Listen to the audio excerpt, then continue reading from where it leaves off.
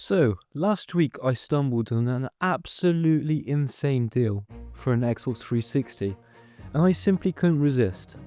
Before I knew it, at my door arrived a slim version, a rather hefty stack of absolute classics, titles that I poured countless hours into as a kid. It's actually kind of crazy to think about that it's almost been 20 years since the original Xbox 360 launched in 2005. In my opinion, aside from maybe the PS2, this has to be the greatest console of all time.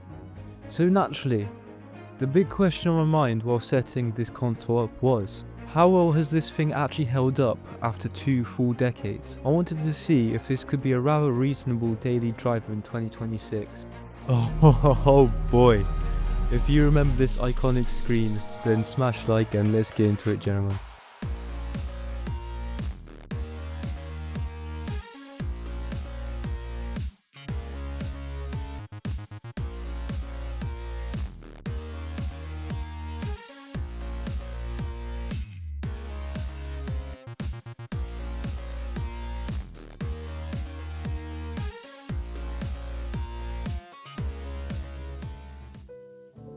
I've now spent the better part of 2 weeks putting some hours in here and there.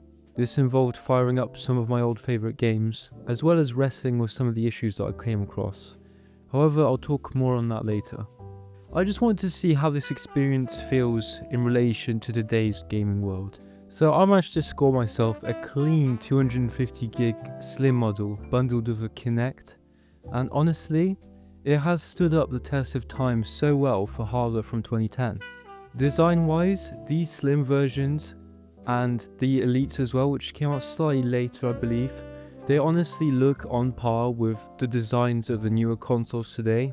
Look so good, man. I wasn't the biggest fan of how the original 360 looked, and on top of that, the original 360 of course was haunted with this thing. This is how you fix the red ring of death for Xbox. It's very compact, although I will say it did constantly have the fans running at full speed when I was playing anything.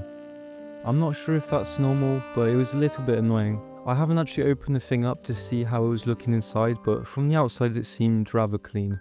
I have to say as well, the controller feels so weird. I mean, it's not bad at all, it just feels very odd. I can't really explain why. The downside of this thing as well is that annoying 2.5mm headphone jack instead of a 3.5, which essentially requires special workarounds to use proper headphones. The 250GB hard drive is definitely a must, as the 4GB that the console normally comes with fills up extremely fast. Quick side note as well, why do games no longer have these cool manuals in the game cases? The best part about buying these as a kid was studying the manual in the car on the way home, like some sort of ancient manuscript. Intermission. Subscribe to In Mike's Head. After booting the console up, it instantly transports you straight back. The dashboard has that charmingly retro aesthetic. However, I think these icons have changed slightly, unless I'm crazy. I swear it wasn't as blocky and square before, but I'm not sure. And because there's no store anymore, got taken out in 2024, there's no bloat, no algorithms pushing microtransactions and so on, just pure games. I'm a big fan of the start menu on the 360 as well, it feels extremely intuitive. The option to create an avatar view profile was great as well. You also can't forget about these classic profile pictures. Let me know in the comments which one you were back in the day. I was the monkey. Graphics wise, it holds up a lot better than you think for a lot of titles. Sure, everything is mainly 720p with softer textures and so on. The effects are a lot simpler as well compared to what we have today. But strong art direction carries these older games really hard. They all actually look pretty incredible on modern TVs. Of course, because it's all stored on the hard drive, even though the games are tiny, it does take a bit longer for games to load up, but it's not really that big of a deal. The game library is in fact where the 360 truly shines in 2026. Physical discs are extremely abundant and cheap-ish, as these games are still backwards compatible on the newer Xboxes, so they're cheap but not PS3 cheap. I'll show you some price examples of the ones I picked up here. And of course, many of these titles hold up incredibly well. Some are even far better than the modern sequel. God.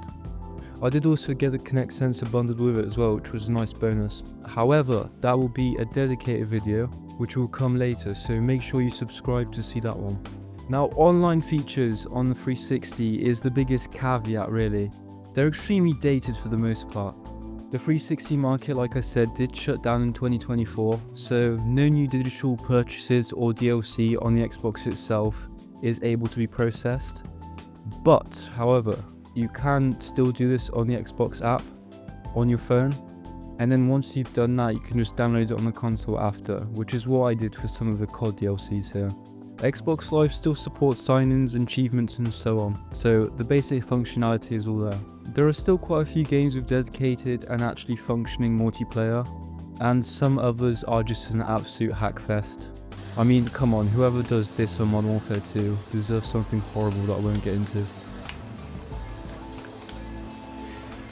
The only issue I had with the online is that most modern routers combine 2.4 GHz and 5 GHz connections into one network. You will have to separate these into two different Wi-Fi connections, or your Xbox simply won't connect to the internet, unless you do it with Ethernet. The Xbox's older wireless cards cannot make use of these varied frequencies, they have to be separate. So to conclude, the 360 has got to be one of the best purchases made this year. I should have really returned to it sooner.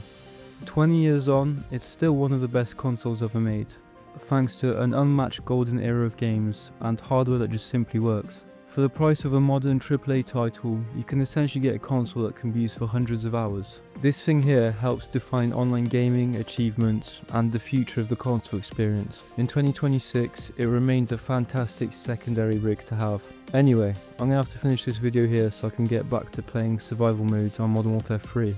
Please like, subscribe if you enjoyed, and I'll see you in the next one.